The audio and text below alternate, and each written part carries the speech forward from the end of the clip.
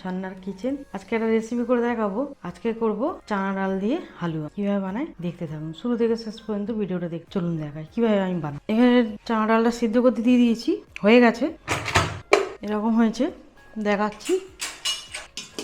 আমি কুকারেই সিদ্ধ করে নিয়েছি, সিদ্ধ হয়ে গেছে, একটুও জল নেই, কত সুন্দর সিদ্ধ হয়েছে। 2 ঘন্টা ভিজিয়ে রেখেছিলাম, তারপরে সিদ্ধ করতে দিয়েছি। অল্প জল দিয়েছি একদম, দিয়ে সেদ্ধ করে নিয়েছি, খুব সুন্দর সেদ্ধ হয়েছে। এটাকে আমি মিক্সিতে নিয়ে নেবো, বাটবো।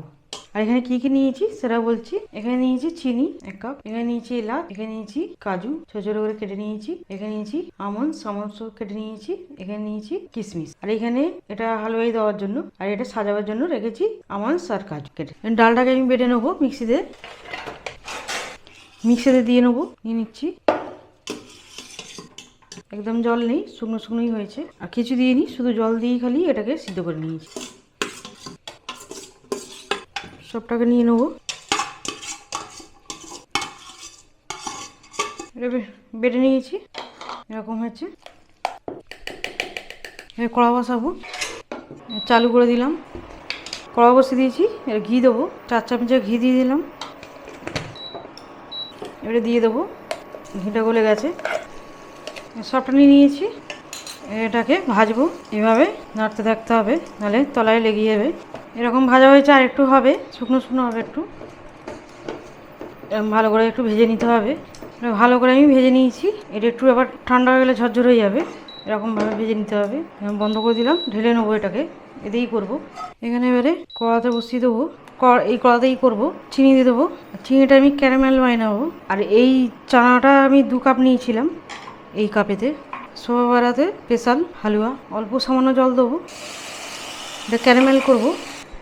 এটা আস্তে আস্তে একটু কালার আসবে, তখন করবো, নেড়ে দেবো। এখানে এবারে ক্যারামেলটা হতে শুরু করে দিয়েছে, মিশিয়ে নিলাম। আর এখানে আছে এলাচ আছে, দিয়ে দেবো ক্যারামেলাতেই, 4টে এলাচ দিয়ে দিলাম। আর একটু হবে, আর এই ক্যারামেল করে এটা বানালে খেতে খুবই ভালো লাগে, আর কালারটাও সুন্দর হয়। সবাই বেড়াতে স্পেশাল, অবশ্যই এটাই করবেন, খেতে খুবই ভালো লাগে। আর একটু কালার আসবে, এরকম হয়েছে, আর একটু হবে। এবারে চিনিটা ক্যারামেল হয়ে গেছে, এরকম কালার হয়েছে, কালারটা কত সুন্দর হয়েছে। এখানে এবারে বন্ধ করে দেবো, এটা বন্ধ করে অল্প জল দেবো, গায়ে পড়তে পারে।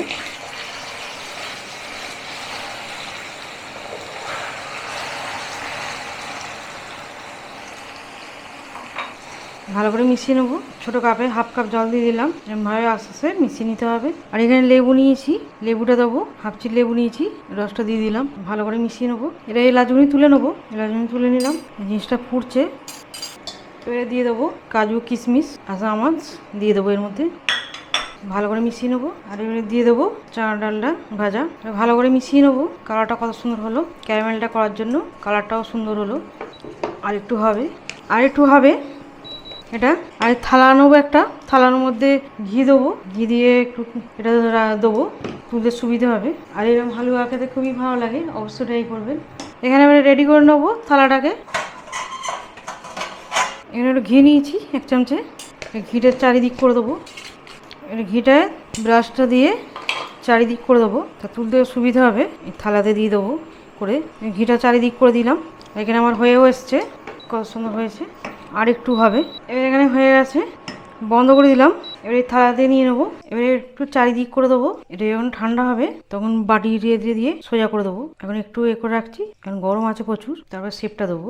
বাটি দিয়ে এরকম করে দেবো, একদম প্লেন করে দেবো, হয়ে গেছে। এবার এখানে বাদাম নিয়েছি, বাদাম দিয়ে দেবো, আমন্ড কুচি আর কাজু বাদাম একটু হাত দিয়ে একটু চেপে দেবো, একটু বাটি দিয়ে এরকম করে চেপে দেবো। এখানে কেশর নিয়েছি, অল্প করে কেশর দেবো, কেশরটা দেওয়া হয়ে গেল।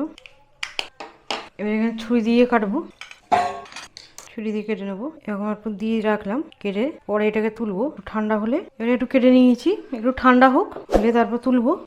এবার একটু ঠান্ডা হয়েছে, তুলে নেবো। আমি পিস করে কেটেছি, সবগুলোই তুলে নিয়েছি। আমার রেসিপি ভালো লাগলে বন্ধুদের সাথে শেয়ার করবে, লাইক করবে আর সাবস্ক্রাইব।